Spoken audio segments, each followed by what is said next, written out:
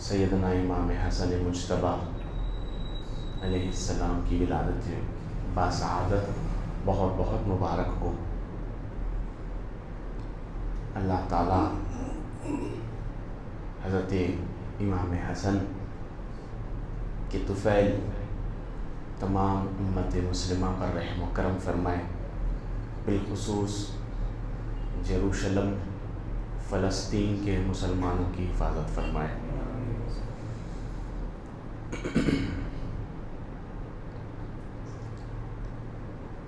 آپ نے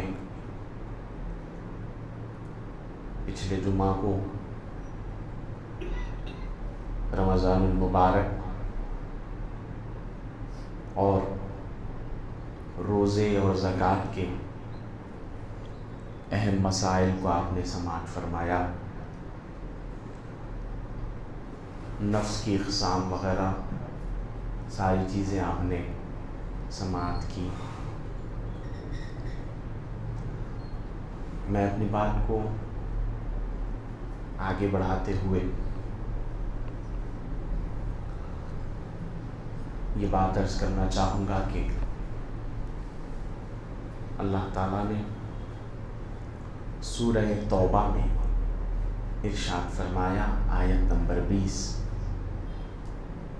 جیسا کہ میں نے کہا تھا پچھلے جمعہ کو کہ زکوٰۃ غریبوں یتیموں کا حق ہے، مسکینوں کا حق ہے۔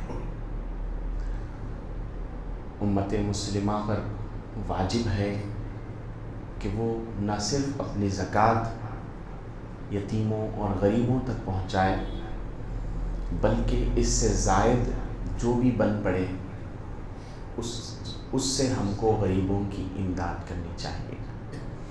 یہ ہمارے ایمان کا تقاضا بھی ہے اور ہمارے بڑوں کا، بزرگان دین کا وتیرہ اور طریقہ بھی ہے۔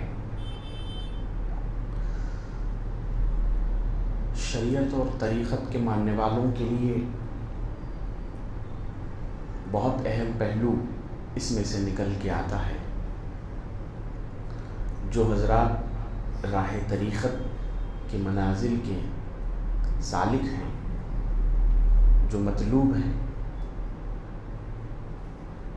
ان کو معلوم ہوگا کہ شریعت میں 2.5% زکوٰۃ نکالی جاتی ہے،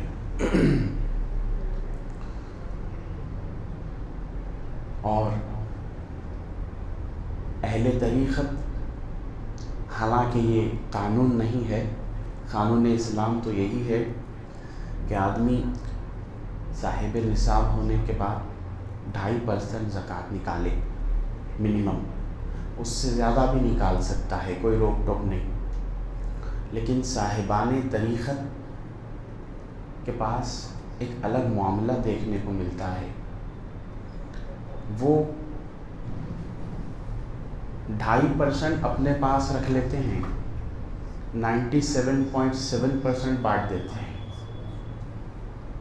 یہ سخاوت محض اہل طریقت کے پاس ہم کو نظر آتی ہے، ورنہ کون سا ایسا مسلمان ہے جو سخاوت کے معاملے میں، زکوٰۃ اور صدقات کرنے کے معاملے میں، ادا کرنے کے معاملے میں 100 میں سے 97.5% تقسیم کر دے اور 2.5% اپنے لیے بچا کے رکھے؟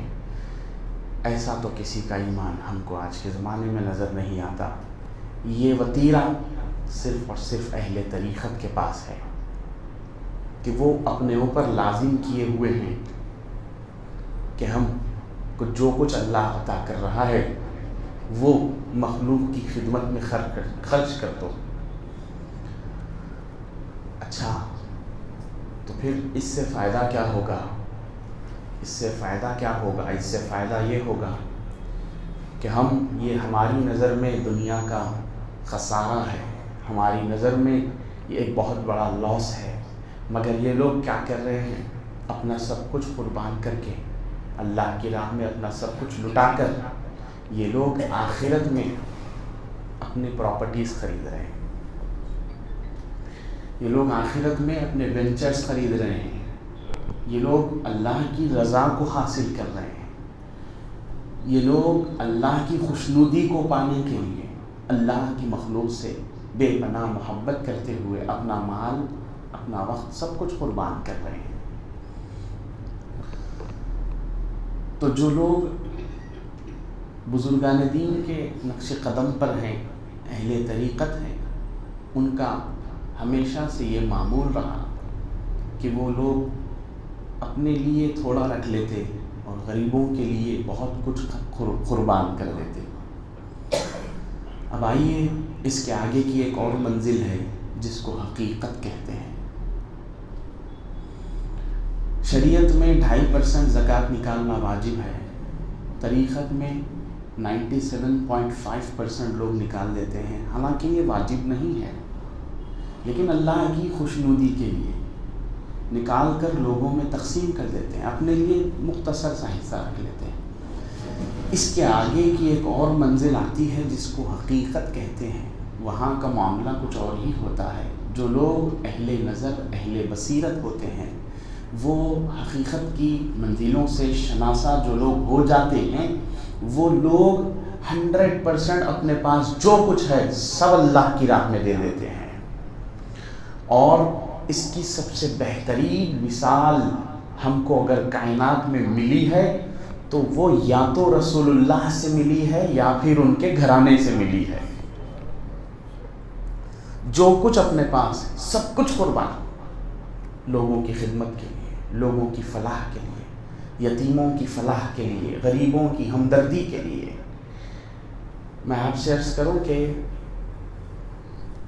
جیسا کہ میں نے کہا، حضرت امام حسن کی ولادت مبارکہ 15 رمضان المبارک کو ہوئی ہے، تو مسلمانوں کو حضرت امام حسن کی سیرت مبارکہ بھی معلوم ہونی چاہیے کہ کون ہے امام حسن۔ رسول اللہ صلی اللہ علیہ وآلہ وسلم کے نواسے ہیں، سبط اکبر حضرت سیدنا امام حسن۔ سیدہ کائنات بی بی فاطمہ الزہرا سلام اللہ علیہا کے آنکھوں کی ٹھنڈک ہے، ان کے بیٹے ہیں، شہزادے ہیں، حضرت علی کے شہزادے ہیں، بڑے شہزادے ہیں، اور بی بی فاطمہ سرکار کی چہیتی شہزادی ہیں۔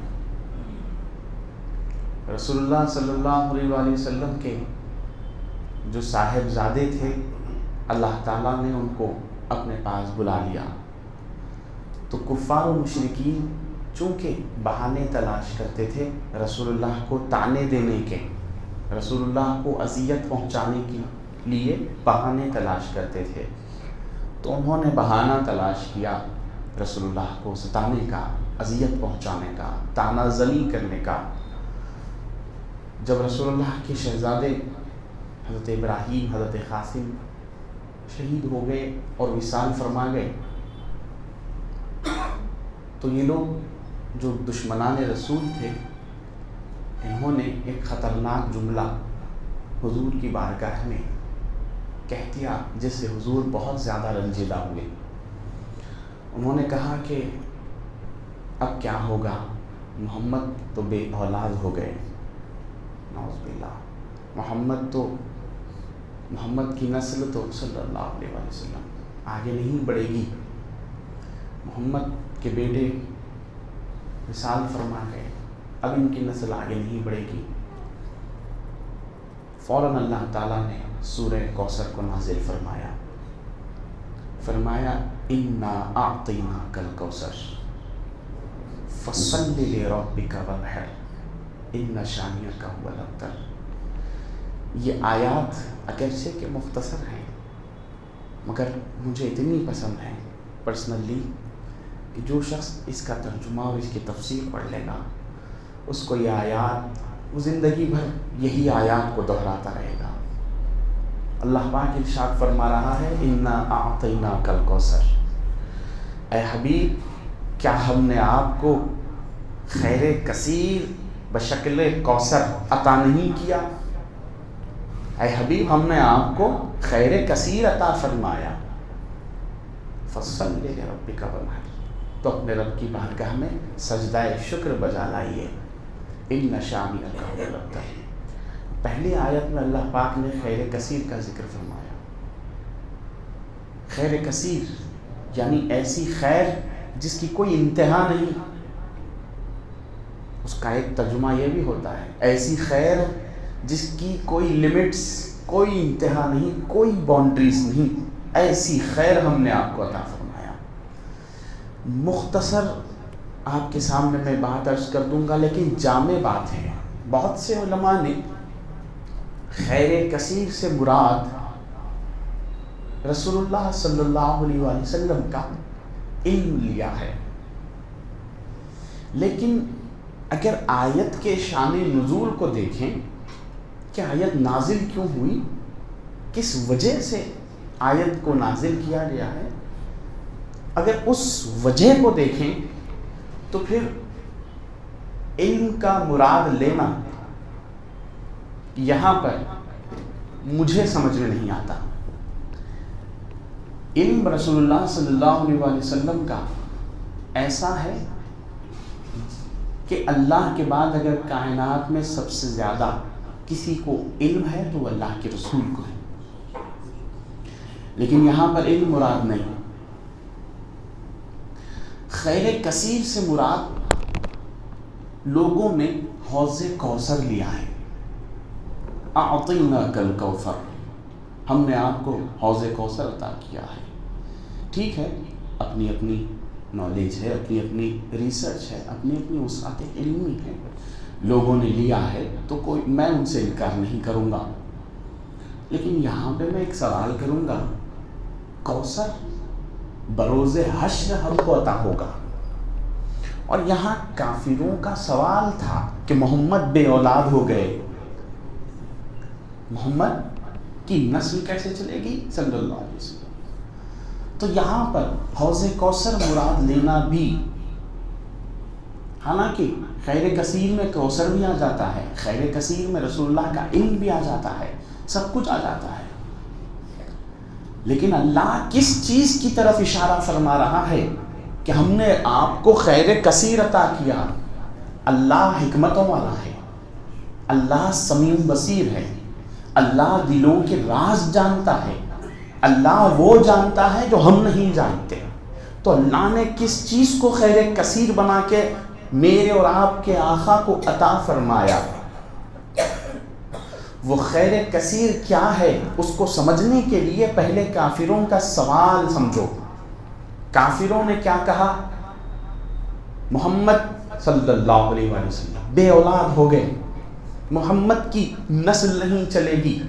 یہ سوال پر اللہ پر واجب تھا کہ ایسا جواب دے کہ یہ کافر لاجواب ہو جائیں، تو اللہ نے ایسا ہی جواب، اس کی شایان شان اللہ نے جواب ارشاد فرمایا۔ اگر یہ جواب اللہ نہ دیتا تو کائنات میں ایسا جواب کوئی نہ دے سکتا۔ اللہ نے فرمایا انا اعطیناک الکوثر، اے حبیب آپ رنجیدہ مت ہونا، اے محبوب آپ پریشان نہ ہونا، ہم نے آپ کو خیر کثیر عطا فرمایا ہے۔ کیا عطا فرمایا ہے؟ ہم نے آپ کو فاطمہ عطا کی ہے، ہم نے آپ کو فاطمہ دی ہے۔ یہ خیر کثیر ایسی خیر ہے کہ آپ کی نسل اب فاطمہ سے چلے گی، ایسا چلے گی جو کبھی ختم نہیں ہوگی، صبح قیامت تک سادات کا سلسلہ جاری رہے گا، آپ کی نسل کا سلسلہ قیامت تک جاری رہنے والا ہے۔ انا اعطیناک الکوثر، اے حبیب ہم نے آپ کو خیر کثیر عطا کیا ہے، آپ رنجیدہ نہ ہوئیے، آپ غمزدہ نہ ہوئیے۔ فصلی لربک وانحر، تو اے حبیب اپنے رب کی بارگاہ میں سجدہ شکر ادا کیجیے کہ اس نے آپ کو خیر کثیر عطا فرمایا۔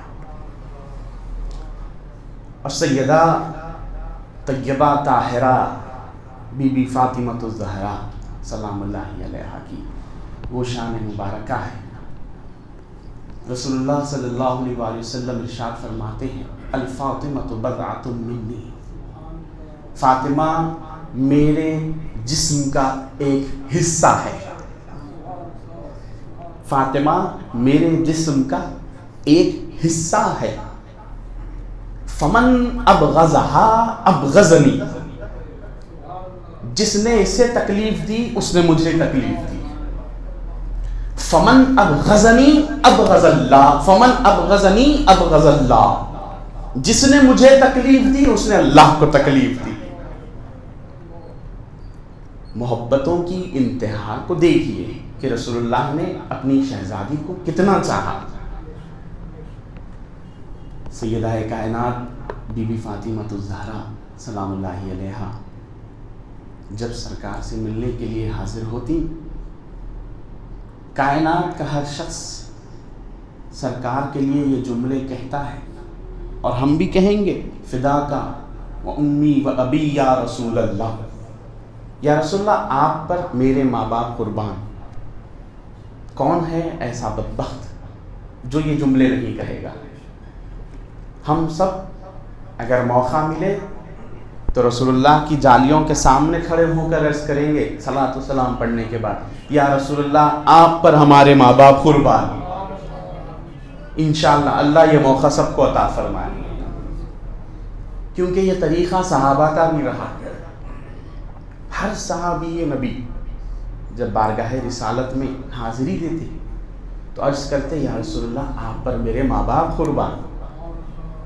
یہ محبت ہے، سرکار سے والہانہ وارفتگی ہے.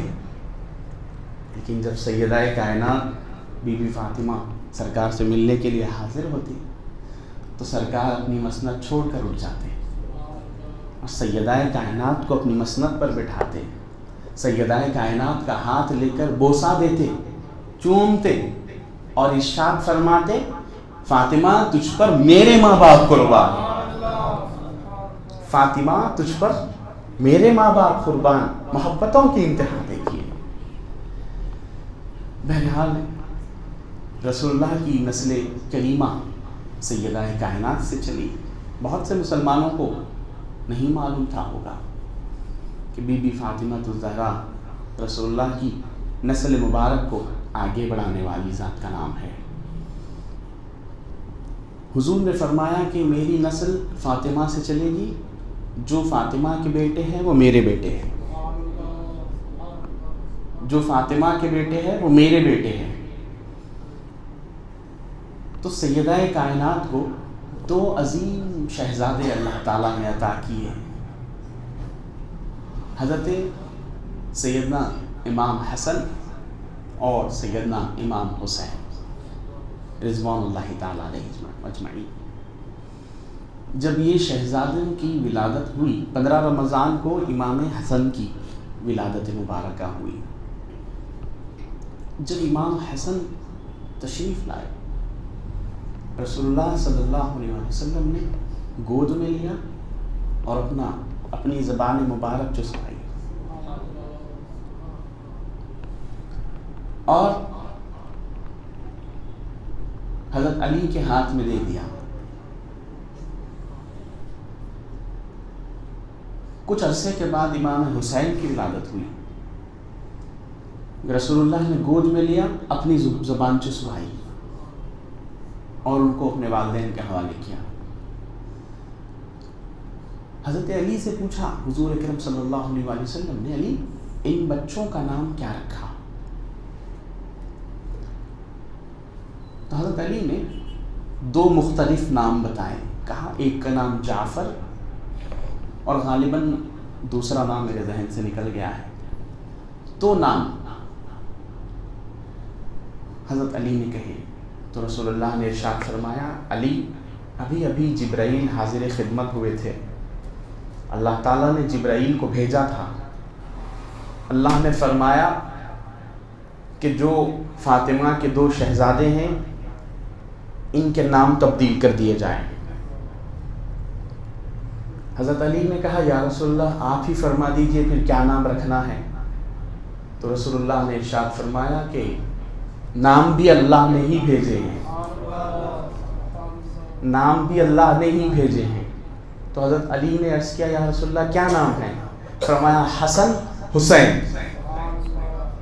یہ 2 نام اس تاریخ سے قیامت تک سیدہ کائنات کے دونوں شہزادوں کو دنیا حسن اور حسین کے نام سے جانتی ہے. اللہ تعالیٰ نے یہ نام دیے تھے۔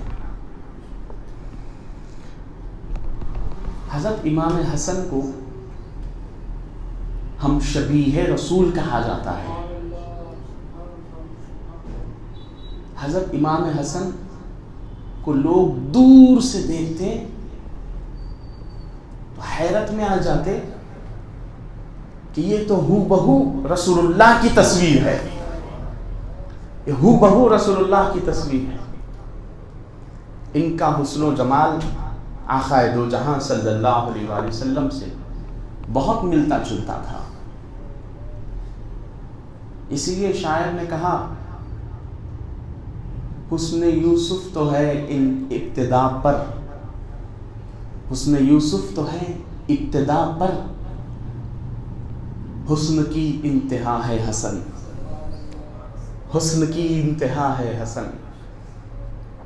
ایک مرتبہ کا واقعہ ہے کہ جب امام حسن حضرت امام حسین دونوں شہزادے رسول اللہ صلی اللہ علیہ وسلم کے ساتھ ایک پہاڑ پر چڑھنے لگے، اور جب واپس اترے تو شام کا وقت تھا، رات ہو گئی تھی۔ نیچے دو لوگ بیٹھ کر جو ہے دیکھ رہے تھے کہ کوئی پہاڑ سے نیچے اتر رہا ہے، اور وہ لوگ مسلمان نہیں تھے۔ وہ لوگ ایک دوسرے سے ڈسکشنز کر رہے تھے کہ یہ کون لوگ ہیں جو اتر رہے ہیں۔ تو دونوں شہزادے کھیلتے ہوئے سامنے کی طرف چل رہے تھے، رسول اللہ آرام سے پیچھے پیچھے ان کی سرپرستی کرتے ہوئے نیچے اتر رہے تھے۔ تو جب نیچے اتر رہے تھے، رات کا وقت تھا، ان دونوں نے دیکھا کہ شہزادہ امام حسن اور شہزادہ امام حسین کے چہرے 14ویں رات کے چاند کی طرح چمک رہے تھے۔ تو جب ان دونوں نے روشن چہروں کو دیکھا تو کھڑے ہو گئے اور انتظار کیا کہ جب تک یہ ہمارے پاس نہیں آ جاتے ہم یہاں سے نہیں جائیں گے، آخر یہ کون لوگ ہیں۔ تو انہوں نے دیکھا کہ جب قریب آ گئے تو ارے یہ تو علی کے شہزادے ہیں۔ پیچھے دیکھا تو کائنات کے مالک و مختار بھی ساتھ تھے۔ تو انہوں نے فوراً کلمہ پڑھ لیا کہ یہ کوئی معمولی ہستیاں نہیں ہیں، اللہ تعالیٰ کا انتخاب ہے، اللہ تعالیٰ کی حجت ہے۔ انہوں نے کلمہ پڑھ لیا۔ اگر کوئی اپنے دل کی آنکھوں سے امام حسن کو، امام حسین کو دیکھ لیں تو ایمان کی دولت نصیب ہو جائے۔ اتنی ہی محبت سے اگر کوئی رسول اللہ کو دیکھ لے، ایسی ہی نظر سے اگر کوئی اپنے آقا و مولا کو دیکھ لے، تو حضور کے حسن و جمال کا عالم کیا ہوگا۔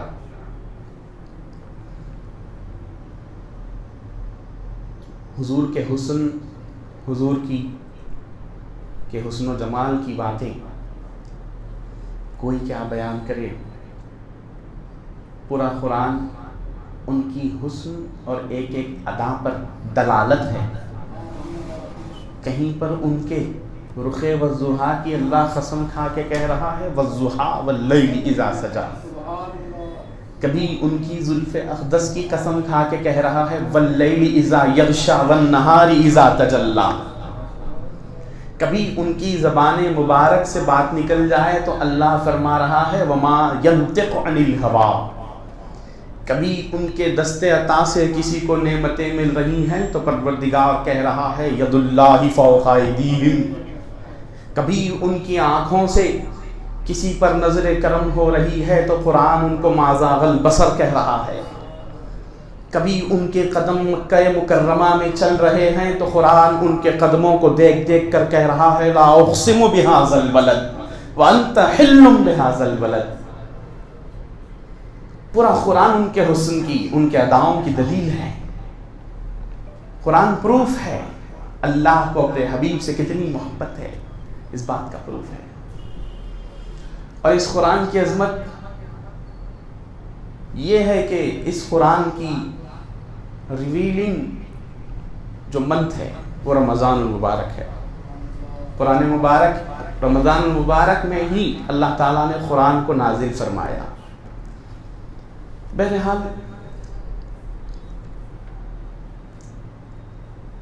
ایک آخری بات کہہ کر میں اپنی باتوں کو سمیٹ لوں. سورہ توبہ کی آیت نمبر 20 کا میں نے آپ کو ریفرنس دیا ہے. کوئی اگر پڑھنا چاہے تو جا کر ترجمے کے ساتھ پڑھ لیں.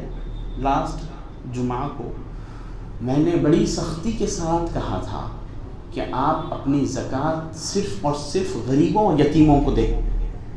بڑی سختی کے ساتھ کہا تھا.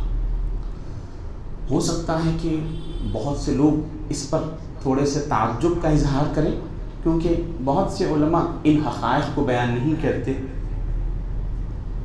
دیکھیے، حقیقتوں کو واضح کرنا ہر مسلمان کی ذمہ داری ہے، نہ صرف عالم کی، نہ صرف رہبر کی، بلکہ ہر مسلمان کی. سورہ توبہ کی آیت نمبر 20 آپ جا کے پڑھ لیجئے. میں آپ کو سنا بھی دیتا ہوں. اللہ تبارک و تعالیٰ ارشاد فرما رہا ہے، اپنے صدقات یعنی اپنی زکوٰۃ محض یتیموں غریبوں کا حق ہے. اس کے بعد اللہ پاک 3-4 سیکشنز اللہ نے بنائے کن کن لوگوں کو زکوٰۃ دی جا سکتی ہے. اس سے ہم کو نص قرآنی مل جاتی ہے کہ کس کس چیزوں کن کن لوگوں کو ہم زکوٰۃ دے سکتے ہیں. پہلی چیز اللہ نے طویل آیت ہے، آیت میں ارشاد فرمایا کہ تمہارے صدقات غریبوں اور مسکینوں کے لیے ہیں، یا پھر ان کارکنوں کے لیے ہیں جو اس کام کے لیے متعین کیے گئے، یا لوگوں کا قرض اتارنے کے لیے، یا غلاموں کی گردنوں کو آزاد کرنے کے لیے. 4-5 سیکشنز اللہ نے بنائے کہ زکوٰۃ کن کن لوگوں کو دی جا سکتی ہے. آخر میں ارشاد فرمایا فی سبیل اللہ کا ذکر کیا. اللہ کی راہ میں، اللہ کی راہ میں بھی ذکر کیا. اللہ کی راہ میں اللہ نے سب سے آخر میں ذکر کیا کہ اللہ کی راہ میں زکوٰۃ دے سکتے ہیں. لیکن پہلے جن چیزوں کا ذکر آیا، اگر ہم ان چیزوں کو چھوڑ کر اب اللہ کی راہ کیا ہے پہلے یہ سمجھ لیجیے. ہم سمجھتے ہیں کہ مدرسے تنظیمیں اللہ کی راہ ہے. اللہ کی راہ یہ نہیں ہے. مدرسے اور تنظیمیں ہر مکتبہ فکر کے لوگوں کی ہے. مدرسے اہل تشیع کے بھی ہے، مدرسے اہل سنت کے بھی ہے، مدرسے سلفی حضرات کے بھی ہے. مدرسے، میں آپ سے عرض کروں تو غلط نہیں ہوگا کہ احمدی فرقے بلکہ قادیانیوں کے بھی مدرسے ہیں، مساجد ہیں، تنظیمیں ہیں. تو کیا مسلمان اٹھا کر زکوٰۃ دے دے؟ نہیں، یہ اللہ کی راہ نہیں ہے. اللہ کی راہ وہ ہے، رسول اللہ صلی اللہ علیہ وآلہ وسلم کے پاس جب لوگ مال غنیمت لا کر پیش کرتے تو سرکار کیا کرتے ہیں؟ کافروں کو مسلمان بنانے کے لیے وہ مال خرچ کرتے؟ ہرگز نہیں. دین کی تبلیغ کے لیے وہ مال خرچ کرتے؟ ہرگز نہیں. اٹھا کے پڑھ لیجئے سیرت مصطفیٰ صلی اللہ علیہ وآلہ وسلم. حضور نے ایک فہرست بنائی کہ پورے علاقے میں غریب اور یتیم کون ہے. جب بھی مال غنیمت آتا تو حضور اس شخص کا پہلے انتخاب کرتے جو غریبوں میں سب سے زیادہ غریب ہے، سب سے قریب میں اس کو کھڑاتے اور سب سے زیادہ اس کو عطا فرماتے. اس طرح حضور انصاف سے ہر غریب کو اپنا حق دیتے. اگرچہ کہ علماء نے سبیل اللہ سے جواز لے کر مدرسوں کو اور اسلامی تنظیموں کو شامل کر لیا ہے تو میں انکار نہیں کروں گا. ٹھیک ہے، آپ کی عقیدت ہے، آپ نے سبیل اللہ میں اگر مدرسوں کو اور تنظیموں کو لے لیا ہے تو ٹھیک ہے، وہ آپ جواب دیں ہیں. لیکن زمانہ رسالت میں نہ کسی صحابی نے مدرسہ قائم کیا، نہ کسی صحابی نے مدرسوں کو زکوٰۃ دی، نہ کسی صحابی نے کوئی تنظیم بنائی، نہ کسی صحابی نے کسی تنظیم کو زکوٰۃ دی. اپنی زکوٰۃ کا پیسہ غریبوں تک پہنچایا کرتے تھے. اب میں آپ سے عرض کروں کہ میں ان چیزوں کے خلاف کیوں ہوں، یہ بھی لوگوں میں واضح ہونا ضروری ہے. امیر لوگ جب اپنی زکوٰۃ غریبوں تک نہیں پہنچاتے ہیں تو اس کا ایک بہت اکنامیکل ڈیفیکٹ ہم کو نظر آتا ہے ہمارے معاشرے میں، اور وہ یہ کہ غریبی کی وجہ سے مسلمان بہنیں یا تو مجبوری میں آ کر اپنا جسم بیچ رہی ہے، یا مجبوری میں آ کر ایسے کافروں کے ساتھ اپنا منہ کالا کر رہی ہے جس کی وجہ سے پورا خاندان بدنامی کا شکار ہو رہا ہے۔ وجہ کیا ہے کہ ہماری زکوٰۃ حقدار تک نہیں پہنچ رہی ہے، ہمارے صدقات حقدار تک نہیں پہنچ رہے ہیں۔ میں نے بہت بڑی بات عرض کر دی ہے، جو لوگ سمجھدار ہیں ان کو اشارے کافی ہیں۔ جو لوگ زکوٰۃ دینے کے قابل ہے ضرور دیں، مگر زکوٰۃ دینے کا طریقہ یہ نہیں ہے کہ آپ کسی کو بھی اٹھا کر زکوٰۃ دے دیں۔ بھائی زکوٰۃ ادا کرنا ہے کسی کو بھی دے دو، ہو جاتی ہے، اللہ قبول کر لیتا۔ یہ محض شیطان کا دھوکہ ہے، شیطان کا دھوکہ ہے۔ زکوٰۃ صرف ایسے شخص کو دینا چاہیے جو شخص واقعی میں اس کا حقدار ہے۔ ذمہ داری آپ پر بنتی ہے، اور ایسا نہیں ہے کہ آپ اپنی لیڈرشپ بتانے کے لیے زکوٰۃ کے پیسوں کو یا کپڑوں کو یا اناج کو جمع کر کے لوگوں کو لائن سے کھڑا کر کے ایک کے بعد ایک بانٹ رہے ہیں۔ چینلز والے آ کے ویڈیو کوریج دے رہے ہیں، میڈیا والے، ان کے پاس اتنا تقسیم ہوا، ان کے پاس۔ یہ زکوٰۃ کا طریقہ نہیں۔ اب شاید بہت لوگوں کو برا لگ جائے گا میری اس بات کا۔ زکوٰۃ کا طریقہ یہ ہے، امیر اپنی زکوٰۃ لے کر غریب کے گھر جائے،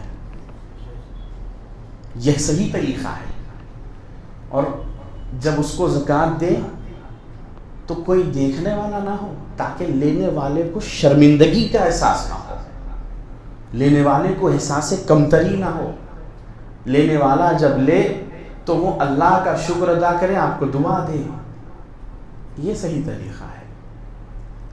پوری دنیا کے سامنے بیچارے کو رسوا کر رہے ہیں، پوری دنیا کے سامنے ذلیل کر کے دے رہے ہیں۔ انہیں اتنے اناج کا محتاج ہے، کپڑوں کا محتاج ہے، پیسوں کا محتاج ہے، وہ غریب ہے، وہ آئے گا، وہ اپنا سر جھکا کر آئے گا، دنیا کی پرواہ کیے بغیر۔ بچوں کو پالنا ہے، گھر میں بھوکے بچے بیٹھے ہیں، ان کو کھلانا ہے۔ ماں نے بہت سالوں سے نئی ساڑی نہیں پہنی، اس کو پہنانا ہے۔ اب یہ غریب جائے گا سر جھکا کر، ضرور جائے گا، لے گا، ویڈیو میں بھی آئے گا، لیکن اس کو کیا کرنا ہے، مجبوری ہے، گھر کو جانا ہے۔ تو مسلمانوں، یہ زکوٰۃ دینے کا طریقہ نہیں، بالکل طریقہ نہیں ہے زکوٰۃ دینے کا۔ رسول اللہ کی سیرت مبارکہ ہم سب کو درس دیتی ہے کہ رسول اللہ صلی اللہ علیہ وسلم نے کسی کو مال تقسیم فرمایا تو کبھی یہ نہیں جتایا کہ تو غریب ہے۔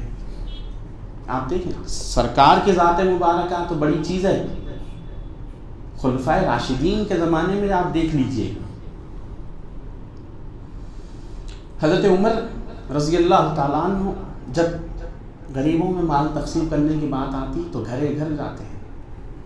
راویوں نے لکھا، تاریخ دانوں نے لکھا کہ حضرت عمر خود جاتے، خلیفہ وقت ہونے کے باوجود گھروں پہ جا کے آپ راشن تقسیم کیا کرتے تھے۔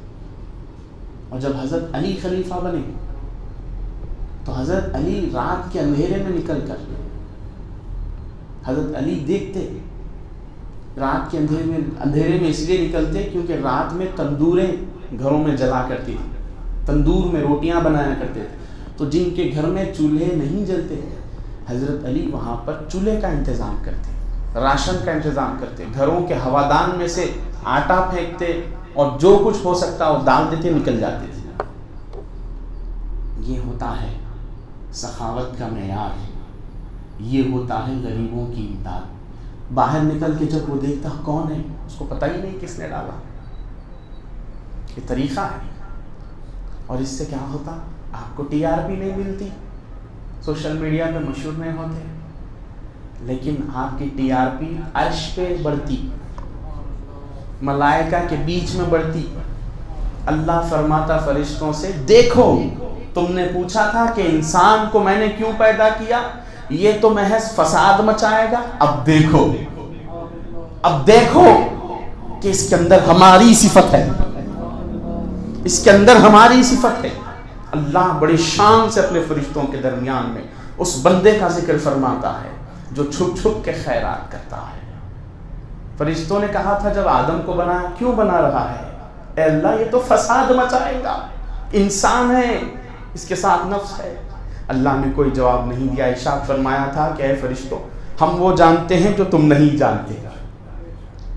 جب ایسے لوگ اللہ کی راہ میں خیرات کرتے ہوں گے کہ سیدھے ہاتھ سے دیں اور بائیں ہاتھ کو پتہ نہ چلے, یتیموں کی امداد کر دیتے ہوں گے, جو قرضدار ہے اس کی غیب سے مدد کر دیتے ہوں گے اللہ کے فضل سے, تو اللہ کیا شان سے فرشتوں کو بتاتا ہوگا کہ دیکھو اس لیے میں نے ان کو پیدا کیا تھا. یہ بہت بڑی بات ہے اگر آپ سمجھو. میں نے آپ کو حدیثوں کے ذریعے, قرآن کی آیت کے ذریعے سمجھانے کی کوشش کی ہے. باقاعدہ اللہ تبارک و تعالی ہم سب کو ہدایت دینے والا ہے. اللہ تعالیٰ کہنے اور سننے سے زیادہ عمل کی توفیق رفیق عطا فرمائے. وآخر الدعوانا الحمد للہ رب العالمین. سنتوں کا وقت ہے, اختصار کے ساتھ سنیں.